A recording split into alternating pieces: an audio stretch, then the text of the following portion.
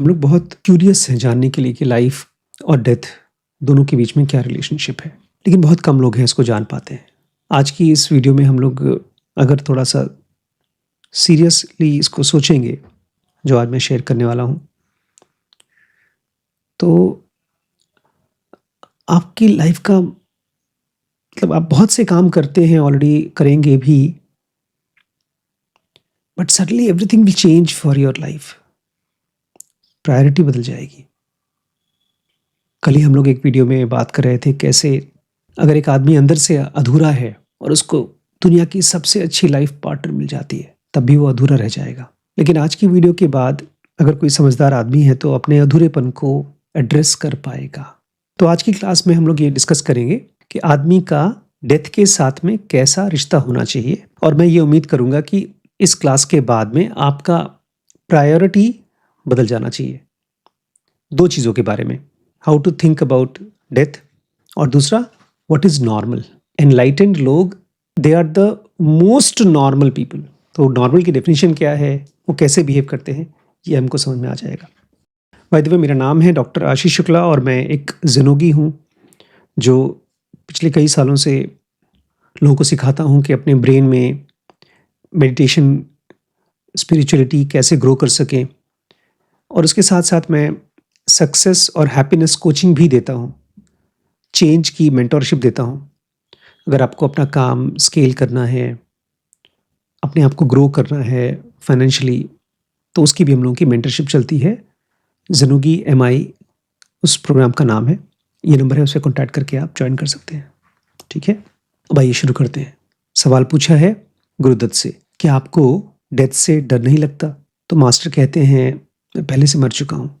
जब मैंने ये सेंटेंस सुना ना, तो थोड़ा सा मैंने अपने लिए इमेजिन किया, क्योंकि अक्सर ऐसा होता है कि हम लोग कुछ पढ़ते हैं, पढ़ के फिर भूल जाते हैं। लेकिन अब पिछले कई महीनों से मैं हर चीज़ के लिए जो भी पढ़ता हूँ ना, उसके बारे में पूछता हूँ, ये तो थियरी हो गई, अब प्रैक्टिकल क्या होगा। चूँकि मैं आजकल स्पेशली बिजनेस को समझने की कोशिश कर रहा हूँ, तो जितनी भी चीज़ें हम पढ़ते हैं वो सब थियरी होती है बिजनेस में। अभी अभी हमने पढ़ा ग्रेट CEO कैसे बनते हैं, वो सब थियरी है कि आप एक कस्टमर का फीडबैक लेंगे वगैरह वगैरह, लेकिन उसको अप्लाई करने के लिए आपको जाना पड़ेगा। अब यहाँ पर थियरी ये है कि मास्टर कह रहे हैं आई एम डेड ऑलरेडी। तो मैंने अपने आप से पूछा कि मैं कब और किस चीज़ के लिए डेड होता हूँ। नंबर 1 सिंपल आंसर है, जब सोते हैं तो हम पूरी दुनिया के लिए कुछ घंटों के लिए मर जाते हैं। लेकिन अगर कोई आदमी कहे नहीं मुझे बहुत तकलीफ है, मैं बीमार हूँ, मैं बहुत दुखी हूँ, और वो ये नहीं कह रहा है कि मुझे अपने आप को मारना है, वो ये कहता है कि बस मुझे सोना है और सोए रहना है, अगर वो फ्रीडम आपके पास नहीं है तो आप मास्टर नहीं है। तो ये आदमी कहता है आप पहले से डेड हैं। 2 सेंस में आदमी मर सकता है। सबसे पहला, एक तो मैं अपने शरीर के प्रति मर चुका हूँ, मुझे कल के बजाय आज मौत आ जाए, मुझे कोई दिक्कत नहीं होगी, उल्टा मुझे खुशी होगी। क्यों? एक तरह से वो बॉडी को अपना मानते ही नहीं है। इसके पहले के वीडियो में हमने पढ़ा था कि कैसे उनके लिए बॉडी केवल बॉडी है, मेरी बॉडी नहीं। और दूसरी चीज़, ये मुश्किल चीज़ है ज़्यादा, अपने माइंड के प्रति मर गए हैं। अब मैं थोड़ा सा यहाँ पर आप लोगों को एक हिंट करना चाहता हूँ कि कैसे आप अपने माइंड के प्रति मर सकते हैं। अभी रिसेंटली मैं किसी की बातें सुन रहा था, बहुत खुश होकर के अपने फ्रेंड से बात कर रहा था वो इंसान, लेकिन उस बात का मोस्ट डोमिनेंट जो बातचीत थी वो थी एक तीसरे इंसान की बुराई। ठीक है, बुराई भी करना नहीं बुरी बात तो है वैसे लेकिन एक प्रॉब्लम है, जब आप किसी इंसान की बुराई करते हैं तो आप अनजाने में ही उस इंसान को और वैसा ही बना देते हैं। मान लीजिए मैं आपके बारे में कहता हूँ ये बड़ा आलसी लड़का है, अगर आपके मुंह पे कहता हूँ तुम बड़े आलसी हो, तो आप दुखी हो जाएंगे, और आपका दिमाग किस चीज़ पर फोकस करेगा? मैंने कब आलस किया, सही में आलसी हूँ क्या, अरे। तो दिमाग फिर जिस भी काम को करना चाहता था, मेहनत करना चाहता था, उसमें से थोड़ी सी एनर्जी निकल के आलस में चली गई, थॉट में। नंबर 1। नंबर 2, मान लीजिए मैं आपके बारे में किसी और से कहता हूँ कि यार ये आदमी एकदम निकम्मा है, कुछ काम धाम नहीं करता। तो अब 2 चीज़ें हो गई, एक तो मेरे मुंह से जो शब्द निकल रहे हैं उसकी एनर्जी ब्रह्मांड में जाती है, चलो पता नहीं कितनी होती है, कम होती है, ज़्यादा होती है, लेकिन मैंने XYZ किसी और इंसान को बताया आपके बारे में, मतलब वो आदमी आपको जानता है। अब वो भी आदमी आपसे जब मिलेगा तो कहेगा, देखा, मैं तो इस आदमी को आलसी मानता ही था, या शायद नहीं मानता था, लेकिन वो आदमी मानता है तो मैं भी मानूंगा थोड़ा थोड़ा। हम बायस कर देते हैं। तो कैसे आप मर सकते हैं अपने माइंड के प्रति? देखिए, कौन से थॉट्स हैं जो ओपिनियंस हैं, और ख़ास तौर से दूसरों के बारे में। फैक्ट्स और थॉट्स को, ओपिनियंस को अलग करिए। जैसे मान लीजिए आप बैठे हैं, मोबाइल चला रहे हैं, रील्स देख रहे हैं, तो मैं ये कहूँगा ये आदमी पिछले आधे घंटे से रील्स देख रहा है। ये तो है फैक्ट। और ओपिनियन क्या है? ये आदमी आलसी है, पढ़ नहीं रहा है। पढ़ नहीं रहा है सच बात है, लेकिन रील देख रहा है, कुछ और कर रहा है, वो भी फैक्ट है। लेकिन ये आदमी आलसी है, ये ओपिनियन है। और एक आदमी जो अपने माइंड के प्रति जिंदा रहता है, एक नहीं कई जन्म तक के लिए, उसके पास इस तरह के ढेर सारे ओपिनियंस का किला होता है। इसी किले को बोलते हैं वासनाएं, संस्कार। और यही मरने के बाद एक खास स्ट्रक्चर लेता है और हमारे लिए अगले जन्म का ब्लूप्रिंट बनता है, अगर आपको इस चीज़ पर विश्वास है कि हमारा अगला जन्म होता है। लेकिन एक आदमी जो एनलाइटन होता है, वो क्या होता है? उसके लिए कोई ओपिनियन मायने नहीं है, because he is dead to every opinion. ये आदमी कहता है, लेकिन आप तो जिंदा हो, मरे हुए लगते नहीं हो। तो मास्टर कहते हैं, ये तुम कह रहे हो, और ऐसा लगता है कि तुम मुझे मुझसे ज़्यादा अच्छे से जानते हो क्या? तो आदमी कहता है, सॉरी गलती हो गई। मैं समझ नहीं पा रहा हूँ कि एक तो आप कह रहे हैं कि आप बिना शरीर के हो और माइंड भी नहीं है आपके पास, लेकिन मैं तो आपको देख रहा हूँ एकदम जिंदा, और आपके शब्द एकदम आर्टिकुलेट हैं। लोग ऐसी ट्रेनिंग लेते हैं जा करके कि कैसे हम अपने शब्दों को सही तरीके से बोलना सीखें, कॉन्फिडेंस डेवलप करने के लिए जॉब्स में।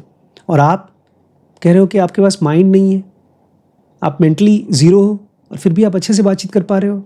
अब नई बात समझिए, अगर हम अपने माइंड के प्रति मर सके कॉन्शियसली और कॉन्शिट्यूअसली, मतलब केयरफुली काम करके, प्रैक्टिकली। कॉन्शियसली मतलब ठीक है, हमारे दिमाग में बात है कि हमको मरना है। कॉन्शिट्यूअसली मतलब हमें काम करना है इसके ऊपर, खाली सोच के छोड़ नहीं देना। तो मास्टर कहते हैं, इस चीज़ को समझो कि तुम्हारे शरीर में और तुम्हारे ब्रेन में 24 घंटे बहुत ज़्यादा कॉम्प्लेक्स काम चलता रहता है। क्या तुम इसके बारे में पता भी है? बिल्कुल नहीं। लेकिन एक बाहर से कोई आदमी तुम्हारी बॉडी को देखता है या तुम्हारे ब्रेन को देखता है तो क्या बोलता है? सब ठीक है। अंदर क्या चल रहा है, पेट कैसे खाना पचा रहा है, liver, gall bladder, pancreas, pancreatic cells, वो बहुत अच्छे से काम कर रहे हैं। और हो सकता है किसी वजह से वो बीमारी क्रिएट कर रहे हैं। जब आप सो रहे हैं, जब जग रहे हैं, 24 घंटे आपका पूरा बॉडी और ब्रेन काम कर रहा है। कभी पता चलता है उसके बारे में? नहीं, लेकिन काम तो चल रहा है। फिर मास्टर कहते हैं, आखिर हम लोग इस चीज़ को साफ साफ क्यों नहीं देख पाते कि बहुत दिमाग लगाने की ज़रूरत नहीं है, कि हमारी पूरी जिंदगी आराम से चल सकती है बिना हमारे कॉन्शियस हुए। एक है हमारे पास कॉन्शियसनेस, इसमें थॉट्स चलते हैं। आजकल मैं किताब पढ़ता हूँ तो मैं कॉन्शियसली किताब पढ़ने की कोशिश करता हूँ। बल्कि मैंने एक एक्सपेरिमेंट किया, अगर मैं कुछ पढ़ रहा हूँ, क्योंकि मेरे लिए पढ़ना एक तरह से मेडिटेशन है, तो मैं कितनी बार फ़ोन उठाता हूँ। तो मैंने नोट किया, 1 घंटे में मैंने नोट किया 250 बार मैंने फ़ोन उठाया। फिर मैंने फ़ोन को साइड रखा, बहुत दूर जा करके। जब दूर रखा तब भी कम से कम 20 बार उठाया, मतलब 20 बार मैं टेबल से उठा, फ़ोन उठाया, और कोई कॉल नहीं आई थी। केवल दिमाग में थॉट आया, अरे ये काम है, वो काम है, और कोई भी ज़रूरी काम नहीं था। तो वो दिमाग है जिसमें कि बार बार थॉट्स आते हैं। खैर, मैंने फ़ोन उठाने की बात इसलिए कही क्योंकि हमारे पास एक है कॉन्शियसनेस जिसमें कि थॉट्स आते हैं, कुछ करने के थॉट्स आते हैं, और फिर हम करते हैं। हम किसी को फ़ोन करते हैं, हम किसी से लड़ते हैं, हम किसी से गप्पे मारते हैं, बट ज़्यादातर हम चिंता करते हैं। तो ये जो कॉन्शियसनेस है, इसमें बहुत लिमिटेड स्पेस है, बहुत लिमिटेड। और अगर इस लिमिटेड स्पेस को हम ज़ीरो कर सके, मतलब इसमें कोई भी चीज़ डाल ना सके, हर चीज़ हटा दें, कोई भी चीज़ इतनी इंपॉर्टेंट नहीं है कि मेरे कॉन्शियस माइंड के लिए ज़रूरी हो, तो मास्टर कहते हैं तुम्हारी लाइफ ज़्यादा अच्छी चलेगी। आप तो पढ़ा रहे हैं वन थिंग, कि अगर लाइफ में सक्सेसफुल होना है तो कोई एक चीज़ करो, अच्छे से करो, मल्टीटास्किंग मत करो। और मास्टर क्या कह रहे हैं? कुछ मत करो। तो तुम्हारी लाइफ ज़्यादा सेनली चलेगी, समझदारी से चलेगी और ज़्यादा स्मूथली चलेगी। मतलब इस माइंड के होने की वजह से हमारी लाइफ में जितने फायदे हैं उससे कहीं ज़्यादा नुकसान है। तो ये आदमी फिर अपना फाइनल एक वो डालता है क्वेश्चन कहाँ थोड़ा, तुम बिना दिमाग लगाए मुझसे बात कर रहे हो, बिना दिमाग लगाए अपनी ज़िंदगी जी रहे हो, ये नॉर्मल भी है? तो मास्टर पूछते हैं तुम बताओ बेटा, तुम्हारा ज़िंदगी नॉर्मल है क्या? पूरी तरह से तुम डिज़ायर्स और फियर से परेशान हो, ऑब्सेस्ड हो। तुम्हारी ज़िंदगी में स्ट्रगल और स्ट्राइफ मतलब कोशिश कोशिश कोशिश, खींचातानी, स्ट्रगल, ये तुम्हारी ज़िंदगी में भरे हुए हैं। और जो कुछ भी तुम करते हो उसमें कोई मीनिंग ही नहीं है, जॉयलेस चीज़ें करते रहते हो, कुछ मज़ा ही नहीं है। ये तुम्हारे लिए नॉर्मल है? यही नॉर्मल है तुम्हारे हिसाब से? मुझे भी ऐसे जीना चाहिए? और क्या तुम जो ये कह रहे हो कि अपनी बॉडी के प्रति बहुत अक्यूटली अवेयर हो जाओ, क्या ये नॉर्मल है? अगर कोई आदमी का बॉडी हेल्दी है तो उसका कोई भी पार्ट आदमी परसीव नहीं करता। हम अपने शरीर के केवल उन्हीं अंगों को परसीव करते हैं जिसमें दर्द है, जो बीमार हैं। जब जोर से भूख लगती है तो पेट में से आवाज़ आती है, पेट में दर्द होता है। और जब मन तड़पता है किसी चीज़ को खाने के लिए, किसी से मिलने के लिए, तब हम मन के प्रति अवेयर होते हैं। हेल्दी बॉडी और हेल्दी माइंड के लिए कोई आदमी कहाँ अवेयर होता है? जब केवल पेन और सफरिंग होती है तभी अटेंशन और इंसाइट के लिए हम जाते हैं बॉडी और माइंड के पास। तो यही चीज़ हम अपनी ज़िंदगी में क्यों नहीं डाल देते? जैसे बॉडी और माइंड के प्रति हमें कोई अवेयरनेस नहीं चाहिए, वो आराम से चलती है। ऐसे ही बिना किसी थॉट के, बिना किसी परेशानी के, चिंता के हम अपनी पूरी ज़िंदगी जिए। चलने दे, नेचर को चलाने दे। एक आदमी एकदम नॉर्मल तरीके से फंक्शन कर सकता है और सही तरीके से रिस्पॉन्ड कर सकता है जो भी चीज़ हो रहा है उसको अवेयरनेस में कुछ लाने की ज़रूरत ही नहीं है। अगर दुनिया में कोई भगवान है तो भगवान दिमाग नहीं लगा रहा है इस दुनिया को चलाने के लिए, चल रहा है। अब लास्ट में बता रहे हैं कि कैसे ये पॉसिबल होगा। सेल्फ कंट्रोल जब तुम्हारा सेकंड नेचर हो जाता है। सेल्फ कंट्रोल मतलब होता है आप अपने आप को संयम से बांधते हो, नियम से बांधते हो। नियम, यम और नियम। खाना कितना खाएं? उतना खाएं कि पेट ज़्यादा भरा न रहे, और उतना खाएं कि भूख शांत हो जाए। कपड़े कैसे पहने? बस ऐसा पहने कि खुद को और दूसरों को भड़काएं ना। बात कैसी करें? ऐसी करें कि कोई हमारे बात पर परेशान न हो जाए। जब आपका सेल्फ कंट्रोल सेकंड नेचर बन जाता है तब आपकी अवेयरनेस रोजमर्रा की चीजों में नहीं ध्यान देती है। सेल्फ कंट्रोल का सेकंड नेचर बनना मतलब अभी हमारा सेल्फ कंट्रोल प्राइमरी नेचर भी नहीं है। सेल्फ कंट्रोल का सेकंड नेचर मतलब बनना आपका ही नेचर ही बन गया, आप उसके साथ रोज जीने लगे।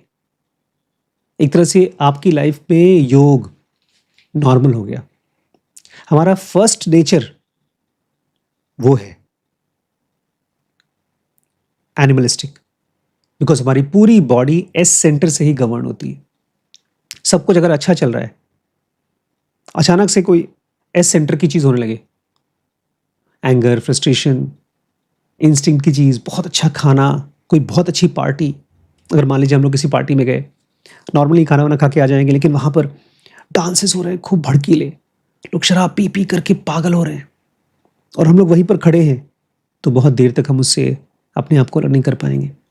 एक दिन शायद बचा लिया, लेकिन इस तरह के 10 दिन तक पार्टी जाते रहे तो बोलेंगे यार यही ट्रेंड है, लोग कहेंगे हमको पागल, चलो हम भी करते हैं। सेल्फ लूज होना, अपने आप को खो देना चीज़ों में, कोई भी संयम न करना। सेल्फ कंट्रोल का मतलब है बेसिकली योग, और सेकंड नेचर का मतलब है आप उसको धीमे धीमे अपना नेचर बनाते हो। आपका फर्स्ट नेचर तो है एनिमलिस्टिक, तो आप सेकंड नेचर बनाते हो। जैसे एक छोटा बच्चा है, वो चलने की कोशिश कर रहा है, चल नहीं पा रहा है, तो उसको आप एक वो देते हो, झूला, साइकिल टाइप का, और उसको पकड़ पकड़ के चल पाता है, तो साइकिल उसका सेकंड नेचर है। तो जब आपका माइंड इधर उधर फोकस कर रहा है तो उसको रेगुलेट करने के लिए आप योग करते हो, खाने के साथ, सेक्स के साथ, हर छोटी छोटी चीज़ के साथ में। जरूर का वही है साइंस ऑफ सेल्फ रेगुलेशन। तब आपका अवेयरनेस फ्री हो जाता है किस चीज़ के लिए? बहुत गहरे लेवल ऑफ एग्जिस्टेंस के लिए, ब्रह्मांड में कौन कौन सी चीज़ें हो रही हैं, और फिर आप उनको रिस्पॉन्ड करते हो। जिसको ऋषि मुनि रिस्पॉन्ड करते हैं, जहां पर वो दिमाग लगाते हैं, तुम्हारा दिमाग वहां लगता है। अभी तुम्हारा दिमाग इसी में लगा हुआ है कि कैसे हम बच्चा पैदा कर लें, कैसे हम सामने वाले से बेटर हो लें। आज मैं बैठा हुआ था और मैं अपने किसी फ्रेंड के बारे में पढ़ रहा था। देखा तो उसके पास बहुत पैसे आ गए, कोई मैसेज आया था। मैं अपना काम कर रहा था, वही उसी में 250 बार मेरा फ़ोन उठाया गया। तो देख रहा हूँ, अच्छा ठीक है, वो तो कमा तो रहा है, बहुत अच्छी बात है। लेकिन फिर मेरे मन में क्या आया, और कौन कौन उसकी बात की तारीफ़ कर रहा है, उसकी गाड़ी की तारीफ़ कर रहा है, उसके घर की तारीफ़ कर रहा है। हर एक मैसेज जितनी बार आ रहा है मैं उसकी तरफ जा रहा हूँ। इसका मतलब क्या है, सेल्फ कंट्रोल मेरा अभी सेकंड नेचर नहीं बना है। अभी भी मेरे फ्रेंड की गाड़ी मुझे डिस्टर्ब कर रही है। तो जब तक वो नहीं हो पाएगा तब तक मैं डीपर लेवल ऑफ एग्जिस्टेंस और एक्शंस के साथ मेरा कोई रिलेशनशिप नहीं होगा। मुझे वो सब जिम्मेदारी नहीं दी जाएगी नेचर द्वारा। नेचर बोलेगा अभी तुम खिलौना खेल रहे हो, खेलो। तो ये आदमी कहता है ऐसे कैसे, ऐसे तो आप रोबोट हो जाएंगे। रोबोट कैसे काम करता है, सब कुछ ऑटोमेटिक, कोई फीलिंग इमोशन नहीं होती, कोई चिंता नहीं होती, कोई प्यार नहीं, कोई लालच नहीं, कुछ नहीं। अरे जिंदगी तो वैसे भी हैबिट रिपीटेटिव ही है, हैबिट से तो पूरी जिंदगी चलती है। तो उसको बना ही लो ऑटोमेटिक। तुम्हें दिमाग लगाने की जरूरत ही क्या है, रोज एक्सरसाइज करना है तो अपने आप ही हो जाए। वैसे भी तुम्हारी जिंदगी का 90% तो ऑटोमेटिक ही है। अब तुम्हारे पास 90% लाइफ तो ऑटोमेटिक है, 10% है तुम्हारी फ्री चॉइस। उसी में ही अपना पूरा गुड़ गोबर कर लेते हो, केओटिक कर लेते हो। और फिर उसमें से क्या निकल के आता है, पेन एंड सफरिंग। छोटी छोटी बात पर तुम परेशान हो जाते हो। तुम्हें एग्जाम देना है, एग्जाम क्रैक करना है, अरे तुम्हारे कंट्रोल में नहीं फिर भी तुम्हें करना है। तुम्हें जॉब चाहिए लेकिन वो बड़ी वाली जॉब चाहिए। छोटी छोटी चीजों में तुम अपना दिमाग लगाते हो तो डिस्टर्ब तो होगी। ये जो पूरा का पूरा पर्पस है एक अच्छी जिंदगी जीने का, एक योगमय जिंदगी, जिसमें कि आप एक योगी की तरह जीते हो, बिना फोर्स किए अपने ऊपर प्रैक्टिकल करते हो, स्पिरिचुअल प्रैक्टिकल। उसका काम ही यही है, उसका पर्पस ही यही है कि वो आपको जिंदगी के केओस से, थैल्ड्रम ऑफ केओस, जो रोज रोज आपकी लाइफ में केओस है और जो दुखों का बर्डन है, उससे फ्री कर सके। मूर्ख राम, अगर तुम मुझसे बोलते हो मैं रोबोट हूं, तो बिल्कुल हर आदमी ऐसे रोबोट बन जाए। वही पर्पस है, ताकि तुम रोबोट बन के अपनी जिंदगी के केओस को, सफरिंग को खत्म कर सको। ऐसा लगता है ना, आप चाहते हैं कि हम लोग एकदम कंप्यूटर बन जाएं, कंप्यूटराइज्ड लाइफ हो जाए बस। लास्ट में मास्टर कहते हैं आखिर दिक्कत क्या है, अगर ये लाइफ जिसमें कि कोई प्रॉब्लम नहीं है तो उसमें क्या दिक्कत है। हमारी पर्सनालिटी देखा जाए तो हमारे अंदर में जो रियल है, जो गॉड है, उसकी परछाई है। तो ये चीज़ तो ऑटोमेटिकली हो जानी चाहिए। अगर नेचर को, भगवान को पता है उसको क्या, कब, कैसे करना है और सब कुछ अपने आप कर रहा है, तो हमारी लाइफ में वैसा क्यों ना हो जाए। क्या हम लोगों को अपने लिए अलग से कोई डिज़ाइन बनाना है, भगवान से अलग? अरे भैया, ये जो बॉडी है ना, ये किसी लाइफ का एक्सप्रेशन है। हमारे अंदर में एक लाइव बीइंग है, जिंदा इंटेलिजेंट बीइंग, जो कभी मरता नहीं। वही इसको गाइड करेगा। तुम दिमाग क्यों लगा रहे हो? एक बार आपको ये बात समझ में आ जाए और याद हो जाए कि हम, एक इंसान रियलिटी का शैडो है, तो आप बहुत चिंता नहीं करोगे। आप चिंता, डर और चिंता दोनों से खाली हो जाओगे। बोलोगे ठीक है, लाइफ को जब मारना है मारेगा। आलसी नहीं होगे, लेकिन इसके लिए आपको सेल्फ रेगुलेशन, योग को सेकंड नेचर बनाना पड़ेगा। अभी हमारा प्राइमरी नेचर हो गया है बॉडी एंड माइंड। जो कुछ भी बॉडी बोलता है वो करते हैं, जितने बजे बोलता है उतने बजे सोते हैं, उतने बजे उठते हैं, उतने बजे उतना खाते हैं, स्वाद के हिसाब से खाते हैं। लेकिन बॉडी से हट करके अपने को एक सेकंड नेचर बनाना पड़ेगा। लास्ट लाइन है, जब तुम सेल्फ रेगुलेशन कर पाते हो तो तुम कहते हो ठीक है ठीक है ठीक है, मेरे अंदर में एक ईश्वर है, गॉड है, मैं उससे गाइड होना चाहता हूं। और फिर तुम्हारी जिंदगी एक जर्नी हो जाती है, जर्नी इनटू अननोन। अभी तो तुम जो कुछ चाहते हो, नोन चाहते हो। पैसा चाहिए यार, वो जो हमने देखा था फिल्म में, वो सेक्स चाहिए। हमने देखा था वर्ल्ड टूर करते हैं लोग, हमको भी वर्ल्ड टूर चाहिए। ये सब कुछ नोन है। और पता नोन का दिक्कत क्या है, जो चीज आप सोचते हैं जब आपको मिल जाता है, आपको लगता है यार उतना मजा नहीं आया। मजा हमेशा अननोन में ही है। आज मान लीजिए आज पार्टी होने वाली है, आपको पता है पार्टी में क्या है, पूड़ी मिलेगी, कचौड़ी मिलेगी, छोला मिलेगा, सब्जी मिलेगी। दिमाग में सुबह से चल रहा है, खाया तो मजा ही नहीं आया, ये तो इससे अच्छी तो पिछली वाली थी। और अचानक से आपको गए, बाहर से आए, क्या बनाया खाने में आज? पूड़ी सब्जी। हाँ, कौन सी सब्जी? पनीर की। अरे सोचा ही नहीं था।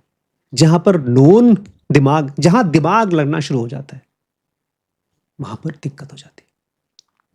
इसलिए कृष्णमूर्ति क्या बोलते हैं? Happy is the man who is nothing. भैया रोबोट बनो, लेकिन उसके लिए सेल्फ कंट्रोल, सेल्फ रेगुलेशन, योग, ज़ेन योग आपका सेकंड नेचर होना चाहिए। दोस्तों लाइफ में ना स्पिरिचुअलिटी एक सहारे की तरह है। अगर आप उसको धीमे धीमे चलाना, उसके हिसाब से जीना सीख लेते हैं, तो आपकी रोज़मर्रा की लाइफ, आपका मेंटल पीस, आपकी रिलेशनशिप, आपका काम धाम, अगर आप ये सोचते हैं कि मैं सही नौकरी में नहीं हूँ, मुझे और अच्छी नौकरी चाहिए, मेरा बिजनेस कहीं फंसा हुआ है तो मुझे और स्केल करना है, मुझे और अलग टाइप का कुछ काम करना है, ये सब चीज़ों में आपकी गाइडेंस होती है। आपको गाइडेंस मिलता है अगर आप सेल्फ रेगुलेशन जीते हो, सीखते हो। इसलिए हम लोगों ने इसका नाम रखा है प्रोग्राम का ZMI, ज़ेनोगी MI, जहाँ पर आप कॉन्शियसली अपने माइंड को समझते हो, उसको रेगुलेट कर पाते हो और अपने आप को चेंज करते हो। जिस भी फील्ड में आप चेंज करना चाहते हैं, इसमें ये नंबर है, उसमें कांटेक्ट करके पर्सनल ग्रुप है हमारा, उसमें ज्वाइन कर लीजिए। ये पेड प्रोग्राम है, मैं पहले से बता देता हूँ। अगर आप इसके लिए रेडी हैं तो ही आप आइएगा। नॉन रिफंडेबल प्रोग्राम से ही है।